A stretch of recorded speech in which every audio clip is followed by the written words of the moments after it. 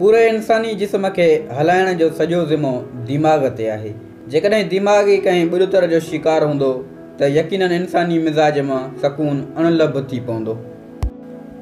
सिंधी भाइरो, हिन वीडियो में असां तव्हांखे ज़हनी दबाव खां निजात हासिल करण जा कुछ तरीक़ा ॿुधाईंदासीं। जेकॾहिं वीडियो पसंदि अचे त वीडियो खे लाइक कजो ऐं चैनल खे लाज़मी सब्सक्राइब कजो। इन सां असांजी हर वीडियो तव्हांखे सभ खां पहिरियों मिलंदी। अचो त वीडियो शुरू कयूं था।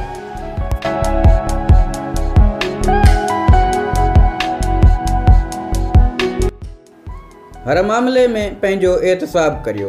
रोज़ानी जी ज़िंदगी में पाण पंहिंजी नाकामियुनि जो ज़िम्मेवार ॿियनि खे ज़ाहिर कंदा आहियूं ऐं पंहिंजी कमज़ोरियुनि ऐं ग़लतियुनि जी ज़िम्मेवारी क़बूल कोन कंदा आहियूं, जंहिं सबबु असां ते का बि इस्लाह असरअंदाज़ न थी सघंदी आहे। इन लाइ पंहिंजे पाण जा मददगार थियो ऐं हर मामले में पंहिंजो एहतिसाब करियो।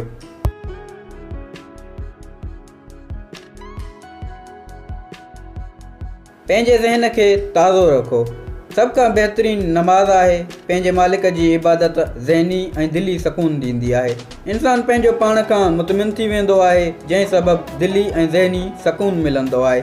उनखां अलावा ज़हनी तस्कीन लाइ के घड़ियूं पंहिंजे पसंदि जे किताबनि जो मुताइलो करियो या वरी का फिल्म वग़ैरह ॾिसी वठो।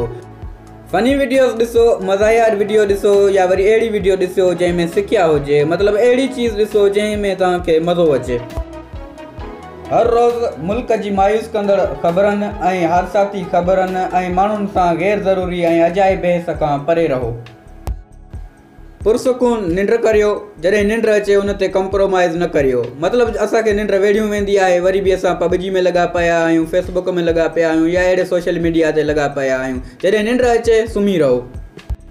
सकून जी निंड न करण सां इंसान जो ज़हनी सकून बि बर्बाद थी वेंदो आहे। ज़िंदगी जा मक़सद ठाहे हलो। पहिरियां नंढा नंढा मक़सद ठाहियो, उन्हनि खे पूरो करियो, पोइ कंहिं वॾे मक़सद जो सोचो। उहो मक़सदु तव्हांजो बिज़नेस मक़सदु बि थी सघंदो आहे, मतिलबु कारोबार करिणो आहे, हिन साल लाज़मी मूंखे दुकानु खोलणो आहे, इहो तव्हांजो मक़सदु थी सघे थो। सोचो, जॾहिं असां कणिक पोखियूं था, 4-5 महीना इंतज़ारु करियूं था ऐं जॾहिं कणिक पची वञे थी, उनजो अन्न खणूं था त असांखे ज़हनी ऐं दिली सकून महसूसु थींदो आहे, छो जो असांजो मक़सदु पूरो थी चुको हूंदो आहे। इन तरह अव्हांजा जॾहिं नंढा नंढा मक़सद ज़िंदगी में पूरा थींदा आहिनि, दिली ऐं ज़हनी सकून महसूसु थींदो आहे। रोज़ानो वर्ज़िश ऐं वॉक करियो। उनखां अलावा पंहिंजे शहर या ॻोठ खां अलावा ॿाहिरि को ॿियो शहर या जॻह साल में हिकु चकर या 6 महीने घुमणु लाज़मी वञो। इन सां इंसान जो दिमाग़ खुलंदो आहे ऐं इंसान खे ज़हनी सकून मिलंदो आहे। हर वक़्तु पंहिंजो पाण सां ग़ुरबत जी शिकायत न करियो। मालिक जो शुक्र कंदा रहो, तव्हांजे आसपास तव्हां खां वधीक ग़रीब मिलंदा।